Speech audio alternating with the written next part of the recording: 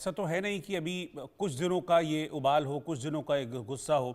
ये धीरे धीरे चीज़ें हो रही थी। बीच में बहुत ज़्यादा टकराव की खबरें आई। पिछले 2-4 महीनों में आप देखेंगे तो दो इलाकों की सबसे ज़्यादा चर्चा होती थी, अशांत। इसमें एक खैबर पख्तूनवा की बात होती थी, दूसरा बलूचिस्तान की बात होती थी। पाकिस्तान की असेंबली में भी इस बात को लेकर आगाह किया था मौलाना फजलुर रहमान ने। लेकिन लगातार नेग्लेक्ट करना क्या इस इंसिडेंट की वजह बनी? आपको लगता है कि लोगों को नेग्लेक्ट भी किया गया और पाकिस्तानी सेना जुल्म तो कर ही रही थी वहां पर, लेकिन धीरे धीरे हमने देखा था कि पाकिस्तानी सेना का जोर भी कम होता जा रहा था यहाँ पर। रोहित, दरअसल में ये कहते हैं ना, बोया पेड़ बबूल का आम आम कहाँ कहाँ से से हो? आता है, शायद यही कहावत है। तो पाकिस्तान की ये शुरू से एक बड़ी समस्या रही है। बलूचियों के साथ एक तरीके से दोहम दर्जे के नागरिक का व्यवहार किया गया। और जो अभी जैसे बता रहे थे कि पूरा जो खनिज आपदा सब चीजें पाकिस्तान ने अपने उसमें लेने की कोशिश करी, उन लोगों को एक अनदेखी कर दी। ये आज और कल का आंदोलन नहीं है। ये जो हो रहा है इसके लिए पाकिस्तान जिम्मेदार है।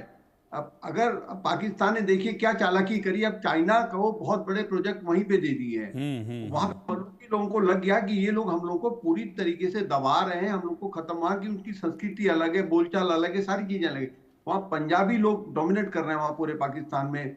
वो बलूचिस्तान को समझ ही नहीं रहे कि ये पाकिस्तान का हिस्सा। एक तरीके से एक पूरा दबा के उनको कुचलने की कोशिश कर रहे हैं। तो ये आवाज आज कल परसों की नहीं है, ये तो अब पहली बार। ये इसमें कोई शक नहीं कि ये अब तक के इतिहास में बहुत बड़ी घटना है कि पूरी ट्रेन को उन्होंने अपने कब्जे में ले लिया और उसमें इतनी सारी सवारियां हैं। ये पाकिस्तान के लिए बहुत बड़ा चैलेंज है। और वहां पर जो हालात सरकार की अभी चल रही है, पाकिस्तान की जो हालत है, वो पहले से ही चिंताजनक है। और इस घटना के बाद पाकिस्तान की छवि पूरे अंतर्राष्ट्रीय स्तर पर बिगड़ेगी। बिल्कुल जो बलूच के साथ जो वहां पर पाकिस्तान कर रहा है, पूरी दुनिया का ध्यान इस पर केंद्रित होगा और कहीं ना कहीं पाकिस्तान पर चौतरफा दबाव पड़ेगा। और ये घटना को लेकर जो अभी ये शरीफ की सरकार है, शहबाज शरीफ की सरकार है, उसके लिए मैं नहीं समझ पा रहा हूँ कि कैसे निपटेगी। क्योंकि ये जो अपहरण किया है, जो उन्होंने ट्रेन को अपने कब्जे में लिया है, ये बहुत लंबी रणनीति उन्होंने बनाई होगी। इस पे बहुत काम हुआ होगा। और ये जिस तरीके से ये जाफर एक्सप्रेस को उन्होंने पूरा पटरियां उड़ाती हुई एक जगह पे खड़ी कर दी गई है। आर्मी वहां पर तमाम तरह की कोशिश करेगी। उन्होंने पूरी वहां फोर्स भेज दी है, एसपीजी भेज दिए, तमाम होंगे।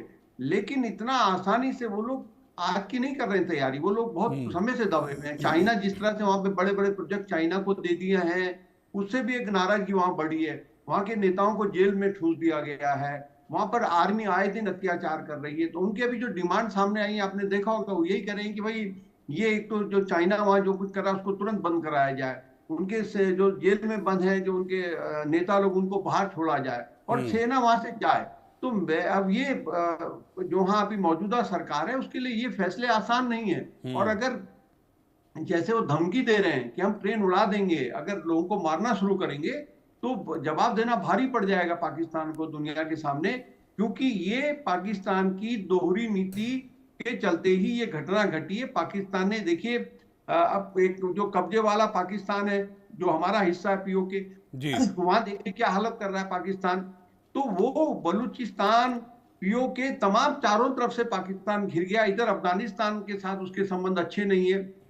अफगानिस्तान के साथ आए दिन उसका टकराव हो रहा है। वहां पे अफगानिस्तानी तमाम तरह की वो भी डिमांड कर रहे हैं। तो कहने का मतलब है कि अभी जो आज के दिन में वहां पर पाकिस्तान में जो सरकार है, उनके लिए इससे निपट पाना, और मुझे नहीं लगता कि ये कैसे छोड़ेंगे, कैसे छुड़ाएंगे, देखने वाला बड़ा दिलचस्प होने वाला है। इस वक्त शहबाज शरीफ के लिए तो उनको नींद नहीं आ रही होगी। और ये ऑपरेशन इतना आसान नहीं है जितना बिल्कुल। पाकिस्तान की सरकार को लग रहा है। क्योंकि बलूचिस्तान लिबरल आर्मी है, वो बहुत तरीके से उसने ये काम किया होगा। इतना आसान नहीं है। तो देखना होगा मैं आज की रात क्या करती है पाकिस्तान गवर्नमेंट।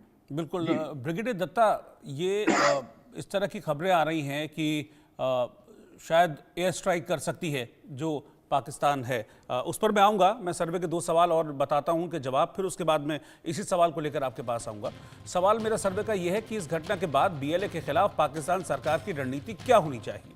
25% लोगों ने कहा कि बीएलए पर सैन्य एक्शन, 34% लोगों ने कहा कि बातचीत शुरू की जाए, 32% लोगों ने कहा कि बीएलए जो शर्तें कह रहा है उसको मान ले पाकिस्तान सरकार, और 9% लोगों ने कहा कि हम कुछ बोलेंगे नहीं इस विषय पर। अभी हमको इतनी जानकारी इस पर है नहीं, इसलिए कहना कुछ नहीं चाहते। चौथा सवाल सर्वे का था, क्या बलूचिस्तान पाकिस्तान से अलग हो जाएगा? क्योंकि यही बात मौलाना फजलुर रहमान ने भी कही थी। 75% लोगों ने कहा हाँ, और इसीलिए जो बलोच हैं वो संघर्ष कर रहे हैं। 16% लोगों ने ना में जवाब दिया और 9% लोगों ने कोई जवाब इस पर नहीं दिया। ब्रिगेडियर दत्ता, अभी इस तरह की खबरें हैं, कुछ हेलीकॉप्टर्स भी उड़ते हुए देखे गए जो क्वेटा की तरफ को जा रहे हैं, जहां पर ये सब कुछ हुआ है। क्या इस स्थिति में है पाकिस्तान की वो एयर स्ट्राइक करे और एयर स्ट्राइक करके छुड़ा ले? देखिए, जिस सोची समझी रणनीति के तहत उन्होंने इस ट्रेन को हाईजैक किया है, और आप देखिए करीब मतलब 8 टनल है और उन्होंने उसको बीच वाली टनल में रखा है, तो एयर ऑपरेशंस कोई बहुत ज्यादा कारगर होंगे नहीं वहां। और क्योंकि और अगर ये एयर स्ट्राइक करते हैं तो ये बीएलए को एक तरह से मतलब उसको वो इंस्टिगेट करेंगे, और उन्होंने ऑलरेडी कह दिया है कि हम 11-11 सैनिक या 12-12 सैनिक हर एक घंटे में मारना शुरू कर देंगे अगर पाकिस्तान आर्मी ने इस तरह का कोई एक्शन लिया। वहां अगर कोई चीज कामयाब हो सकती है तो वो है एंटी टनलिंग ऑपरेशंस, जैसे इजराइल ने आपने देखा होगा गाजा में किए थे। वो जो ऑपरेशंस है वो बड़े बहुत टाइम कंज्यूमिंग है, बड़े कैजुअलिटी इंटेंसिव है, और बड़ा हाईली प्रिसीशन होना चाहिए। इनिशिएटिव इस समय बीएलए के पास है, जो टर्म्स या मैंडेट जो डिक्टेट कर रहा है वो बीएलए है। तो पाकिस्तान सरकार को चाहिए कि वो उनसे नेगोशिएट करे, पहले किसी भी कीमत पे बंधकों को रिहा कराए, और उसके बाद ही कोई मिलिट्री ऑपरेशन के बारे में सोचे। क्योंकि मुझे नहीं लगता कोई भी मिलिट्री ऑपरेशंस अगर आप वहां करेंगे तो बीएलए जो भी 186-87 लोग उन्होंने बंधक बना रखे हैं, उनकी जीवन पे एक सवालिया निशान बन जाता है। तो बहुत ही क्रिटिकल सिचुएशन है।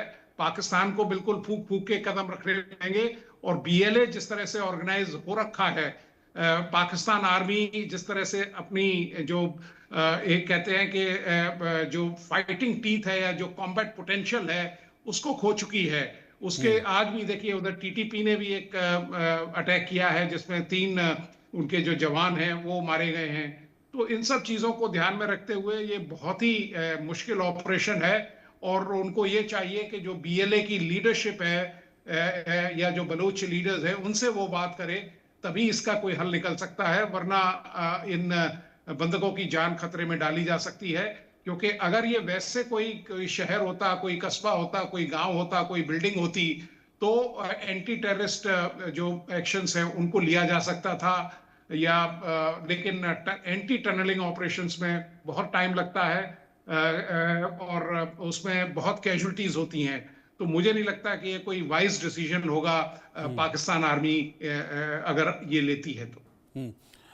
अच्छा अजीत जी, बातचीत की जब अगर हम पेज पर आते हैं तो ऐसा तो नहीं है कि बातचीत की कोशिश पहले कभी नहीं हुई होगी, लेकिन उसके लिए बहुत ज़रूरी होता है कि एक विश्वास। लेकिन मुझे नहीं लगता कि बीएलए में शायद अब ऐसा कुछ बचा होगा, क्योंकि कई मरतबा कोशिशें हुई और हर बार उनको धोखा ही मिला है। नहीं, पाकिस्तान सरकार के पास एकमात्र चारा बातचीत का ही है। वो कैसे करे, क्या करे, ये ऑपरेशन बहुत मुश्किल होगा। देखिए चाइना की भी नजर होगी पाकिस्तान सरकार पर, क्योंकि पाकिस्तान को इस वक्त चाइना ही पाल रहा है, और वहां जो इनके प्रोजेक्ट लगे हुए हैं चाइना के ही वहां सब ज्यादा है। तो वो चाइना से भी मदद लेने की कोशिश करेगा, अभी तो आज दिखाएगा, कोशिश करेगा। लेकिन अगर वहां पर पाकिस्तान ने किसी तरीके से एयर स्ट्राइक करी या किसी तरीके से बातचीत के बिना उनको बंधकों को छुड़ाने की कोशिश करी और उसमें बहुत सारी जानें चली जाती हैं, तो ये जो शहबाज सरकार है उसके लिए बहुत दिक्कतें आएंगी।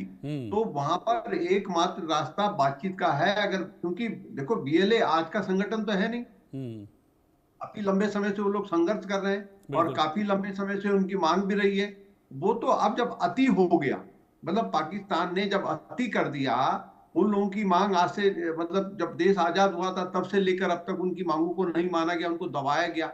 और उनके ऐसा नहीं है कि वो केवल बलूचिस्तान तक ही सीमित हैं, उनके अपने कनेक्शन है, अपना नेटवर्क है पूरे देश में और वो दुनिया में, और उनके पास अच्छे अच्छे लोग भी हैं।